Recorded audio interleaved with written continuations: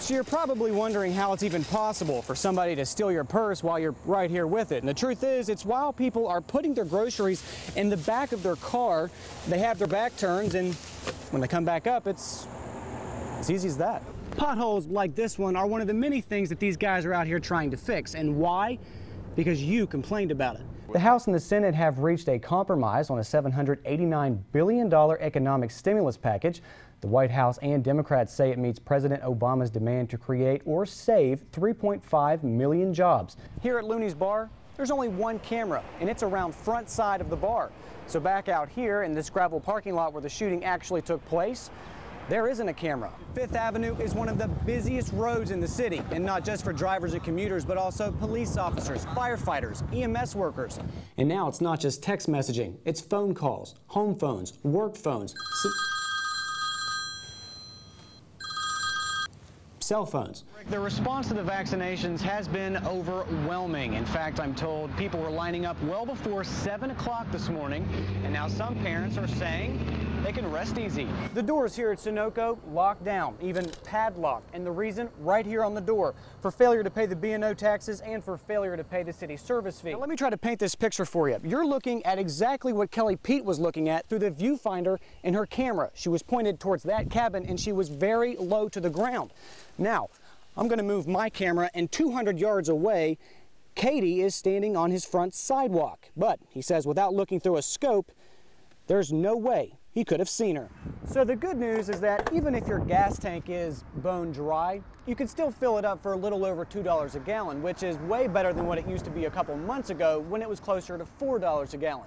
But the bad news is that some people are still saying it's putting a tight squeeze on their gas budget. So I've learned two things about the city user fee. One, people living in Huntington don't like rough roads. And two, most people say they don't mind reaching into their wallet and paying $1 extra as long as they see that money being put to good use. And that's exactly what Mayor Wolf says is happening. It's definitely a utility vehicle. It's very spacious inside. You can run almost 300 miles on about $7 worth of gas. Some call it a car. Some are calling it a motorcycle. But Mike Cooper calls it affordable fun. People buy these, so far they seem to be buying them out of need, but also out of want. They're like a big toy. A big toy that's got it all. Air conditioning, heating, AM/FM stereo, a CD and a DVD player. But more than bells and whistles, Cooper says it's a vehicle you can count on. It is so reliable and so dependable and economical that if there were to be a problem with it, we actually replace the engine or the transmission rather than rebuilding it for you. Cooper says in the last couple months, the Kentucky Automotive Center has sold 4 of these vehicles, and they have 6 more on the way, 2 of which already have deposits on them. And he says this fly-off-the-shelf item is not a disappointment to his buyers. When they buy this, they're buying it because they want to, and every one of them genuinely enjoy it. They leave here laughing and smiling. Now, Cooper says with today's tight economy, every dollar counts, and that's why this baby is the way to go. 42 miles to the gallon and under $10,000. But on top of all that, it just looks fun to drive. But how can you be sure about that unless you take it for a spin?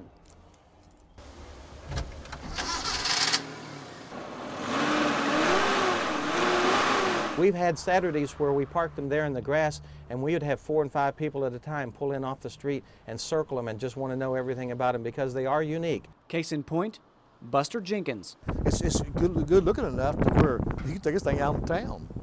Eye catcher. Jenkins and his wife stop by the dealership at least once every week, and he says he's getting closer and closer to buying one because he says it's too good of an offer to pass up. The difference, and that's just like the low price. I mean, the price is compared to other cars, you know, foreign cars or motorized cars, you pay a whole lot more for them.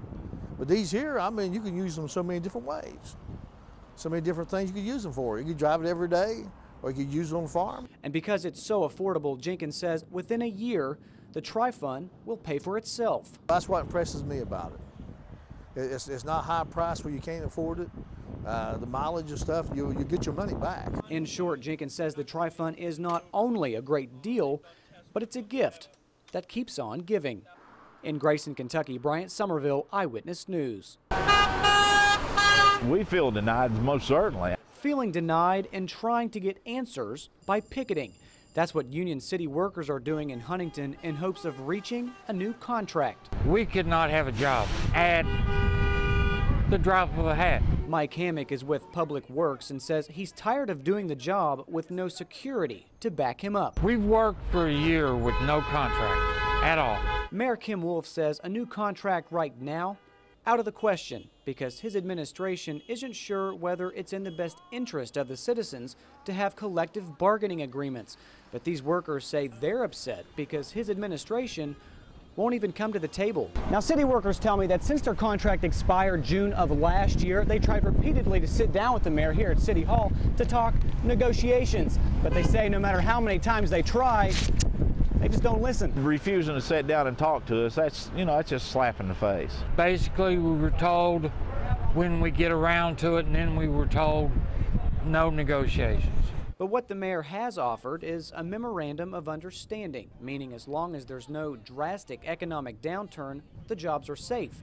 An idea that does not sit well with picketers. In Huntington, Bryant Somerville, Eyewitness News.